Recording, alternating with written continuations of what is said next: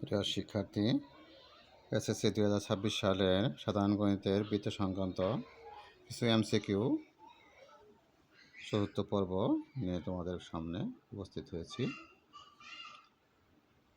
উদ্দীপকটা দেখতে পাচ্ছ, 32 নম্বর উদ্দীপক দেখতে পাচ্ছ যে একটি বর্গের অন্তবৃত্তের ব্যাসার্ধ 3 সেন্টিমিটার হলে বর্গের বাহুর দৈর্ঘ্য কত? তাহলে আমরা একটি 32 নম্বর একটি বৃত্ত, একটা বৃত্ত, আর এটা হলো বর্গ।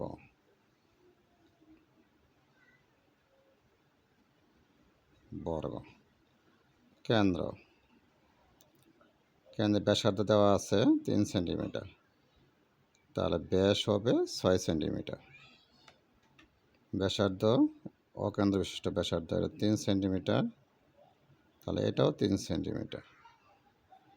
তাহলে এই বৃত্তের বেশি হবে বর্গের বাহুর দৈর্ঘ্যের সমান, অর্থাৎ ব্যাস বাহুর দৈর্ঘ্য হবে বাহুর দৈর্ঘ্য সমান 3 সেন্টিমিটার যোগ 3 সেন্টিমিটার সমান 6 সেন্টিমিটার।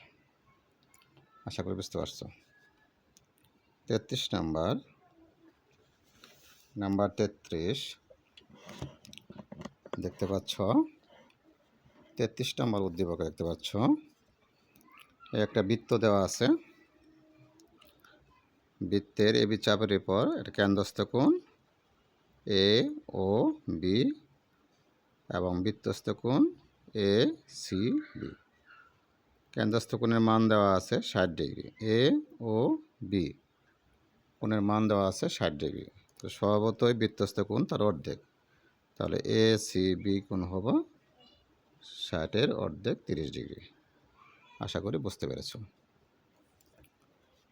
নাম্বার 34 নাম্বার প্রশ্নটা দেখতে পাচ্ছ। 34 নম্বরের প্রশ্নটা দেখতে পাচ্ছ যে একটা বৃত্ত কলা দেওয়া আছে,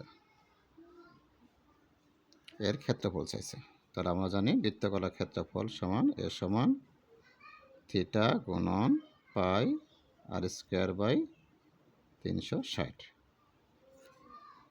তাহলে থিটা 45 ডিগ্রি, থিটার মান হইল 45 গুণন পায়ের মান দেওয়া আছে 3.14 আর এর মান 5 ডিভাইডেড বাই 360।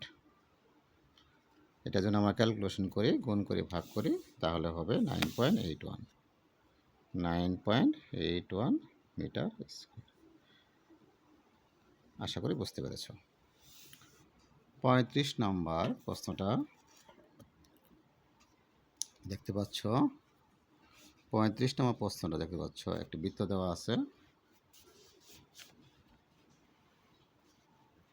35 নম্বর প্রশ্নটা দেখো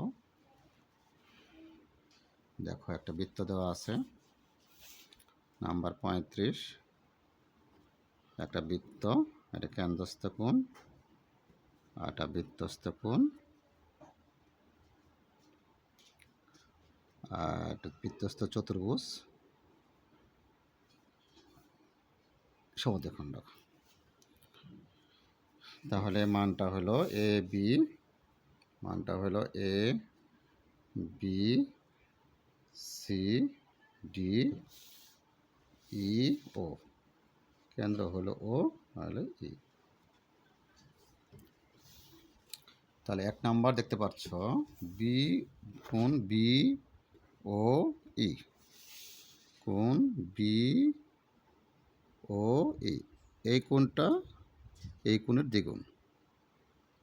তাহলে আমরা 1 নম্বর লিখতে পারি কোণ বি ও ই সমান 2 ইন্টু কোণ ও এ বি,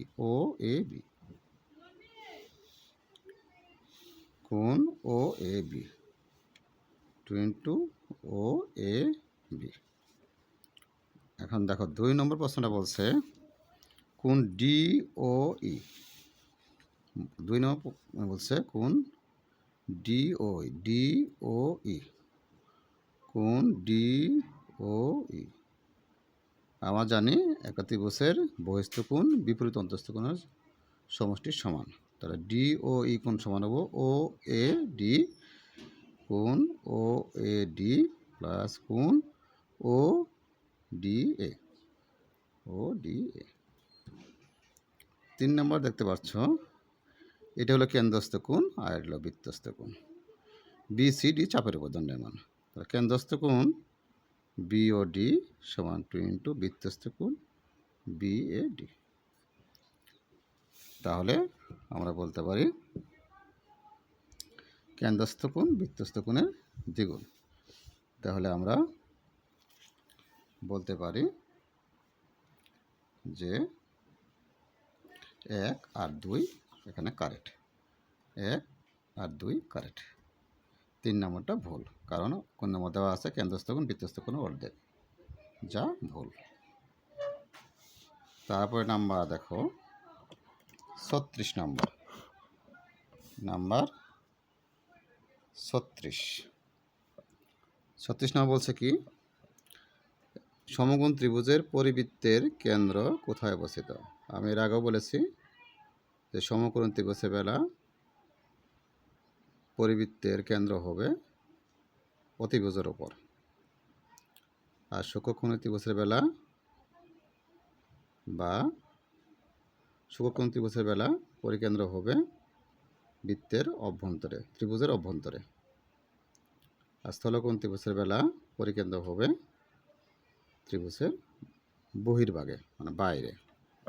তাহলে স্বভাবতই বুঝতে পারছো যে সমকোণ ত্রিভুজের পরিবৃত্ত হব অতিভুজের উপরে। তার মানে ডি নাম্বারটা কারেক্ট, অতিভুজের উপরে। 37 নম্বর প্রশ্নটা দেখো। 37 নম্বর প্রশ্নটা বলছে যে একটা বৃত্ত দেওয়া আছে। 37 নম্বর প্রশ্নটা 37। দেখো একটা বৃত্ত, এটা যা, এটা লম্ব, এটা হলো ব্যাসার্ধ লম্ব দেওয়া আছে। ও এ বি, ও কেন্দ্র বিশিষ্ট এ বি, এটা ডি। তাহলে 3 4। 37 নম্বর 3 দেওয়া আছে লম্ব, 4 দেওয়া আছে অতিভুজ। তাহলে ভূমি আমরা বের করতে পারি, যেহেতু এই জায়গায় সমকোণ ত্রিভুজের আদর্শ মানটা ঠিক নাই, কারণ আমরা অতিভুজ সবসময় 5 বড়টা হবে। তাহলে আমরা জানি ভূমি স্কয়ার সমান অতিভুজ স্কয়ার মাইনাস লম্ব স্কয়ার। তাহলে অতিভুজ স্কয়ার হলো 4 4 16। তাহলে এডি সমান লিখতে পারি যে অতিভুজ স্কয়ার মাইনাস লম্ব স্কয়ার। 4 4 16, 3 3 9 সমান 7। তাহলে এডির পরিবর্তে লিখতে পারি √7। তাহলে আমরা এরই পরিবর্তে √7, এটাও √7। তাহলে এবির পরিবর্তে আমরা লিখতে পারি এবি সমান 2√7, কারণ √7 আর √7 যোগ করলে 2√7। চাওয়া হয়েছে এবি সমান কত, তাহলে এবি সমান হলো 2√7, উত্তর বি। 38 নম্বর প্রশ্নটা দেখো। দুটি বৃত্ত পরস্পরকে বহিঃস্পর্শ করলে বৃত্ত দুটির মধ্যে কয়টি সাধারণ স্পর্শ আঁকা যাবে? দুটি বহিঃস্পর্শ করলে, তাহলে আমরা জানি, দেখো দুটি ত্রিভুজকে বহিঃস্পর্শ করলে, দেখো এ একটা ত্রিভুজ, এ একটা ত্রিভুজ বহিঃস্পর্শ করলে, তাহলে এ একটা সাধারণ স্পর্শক, এটা একটা সাধারণ স্পর্শক, এর একটা সাধারণ স্পর্শক। তাহলে কয়টা হলো? 1 2 3। তাহলে বহিঃস্পর্শ করলে সাধারণ স্পর্শক হলো 3টি। আশা করি বুঝতে পেরেছ। তাহলে 38 নম্বর উত্তর হবে 3টি। 38 নম্বর উত্তর বি, 3টি। কোনো ত্রিভুজের কয়টি বহিঃস্পর্শক আঁকা যায়? তাহলে একটা ত্রিভুজের কয়টা বহিঃস্পর্শ আঁকা যায়? তাহলে দেখো, আমরা একটা ত্রিভুজ আঁকাবো। এই একটা ত্রিভুজ আঁকালাম। দেখো, একটাই ত্রিভুজে কয়টি বহির্বৃত্ত আঁকা যায়? আচ্ছা, তাহলে এ একটা বৃত্ত আঁকা যাবে, এ একটা বৃত্ত আঁকা যাবে, এ একটা বৃত্ত আঁকা যাবে। তাহলে একটা ত্রিভুজের তিনটা বহির্বৃত্ত আঁকা যাবে, এ একটা, এ একটা, এ একটা।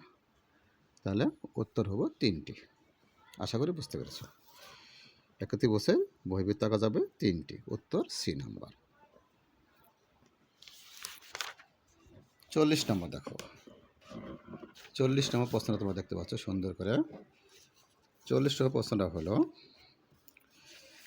যে 40 নম্বর প্রশ্ন চাওয়া হয়েছে। 40 নম্বর দেখো, একটা বৃত্ত, একটা কেন্দ্রস্থ কোণ, একটা বৃত্তস্থ কোণ, কেন্দ্রস্থ কোণ আর বৃত্তস্থ কোণ, এ বি সি।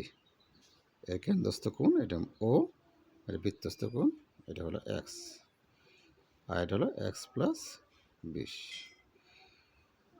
তাহলে আমরা চাওয়া হয়েছে যে বি এ সি কোণ সমান, বৃত্তস্থ কোণ চাওয়া হয়েছে। তা আমরা জানি যে এই কোণের দ্বিগুণ হবে এই কেন্দ্রস্থ কোণের সমান। তাহলে আমরা লিখতে পারি যে 2x সমান এক্স প্লাস 20। সাইড চেঞ্জ করলে 2x মাইনাস এক্স সমান 20, অর্থাৎ এক্স সমান 20। আশা করি বুঝতে পেরেছ। 20 ডিগ্রি। তাহলে কোণ বিএসি সমান 20 ডিগ্রি। উত্তর সি। 41 নম্বর প্রশ্নটা দেখতে পেয়েছ। 41 নম্বর প্রশ্নটা দেখতে পাচ্ছ যে বৃত্তের বহিস্থ কোনো বিন্দু থেকে ওই বৃত্তের সর্বোচ্চ কয়টি স্পর্শক আঁকা যায়? বৃত্তের বহিস্থ কোনো বিন্দু থেকে ওই বৃত্তের সর্বোচ্চ কয়টি স্পর্শক আঁকা যায়? তাহলে আমরা, এটা একটা বৃত্ত, এটা একটা বৃত্ত, এটা একটা বহিস্থ বিন্দু, এটা হলো বৃত্তের কেন্দ্র। তাহলে এই বহিস্থ বৃত্ত থেকে এ একটা স্পর্শক, এ একটা স্পর্শক। তাহলে দুইটা স্পর্শক আঁকা যায়। এ একটা স্পর্শক অকেন্দ্রবিষ্ট বৃত্তে, এ একটা স্পর্শক, এটা যেন পি হয়, এটা যেন এ হয়, আর বি হয়। তাহলে পি এ এবং পিবি হলো দুটি স্পর্শক। আমরা এই উপপাদ্যটা মেন বইতে আছে। তাহলে দুইটি স্পর্শক পাওয়া যায়। উত্তর 2টি। তাহলে 41 নম্বর উত্তর হবে বি, 2টি। উত্তর হবে বি, 2টি। 42 নম্বর দেখতে পাচ্ছ যে বৃত্তের অভ্যন্তরস্থ একটি বিন্দু এবং বহিস্থ একটি বিন্দুর সংযোগ রেখাংশ বৃত্তটিকে কয়টি বিন্দুতে ছেদ করে? বৃত্তের বহিস্থ একটি বিন্দু, বৃত্তের অভ্যন্তরে একটা বিন্দু এবং বহিস্থ একটা বিন্দুর সংযোগ রেখাংশ বৃত্তটিকে কয়টি বিন্দুতে ছেদ করে? তাহলে দেখো, এ একটা বৃত্ত, এ একটা কেন্দ্র, এ একটা বহিস্থ বিন্দু। তাহলে কয়টা বিন্দু ছেদ করছে? একটি বিন্দু ছেদ করছে। তাহলে একটি বিন্দু ছেদ করছে, একটি বিন্দু ছেদ করছে। আশা করি বুঝতে পেরেছ। একটি বিন্দুতে ছেদ করেছে। আজকে এই পর্যন্তই। ধন্যবাদ।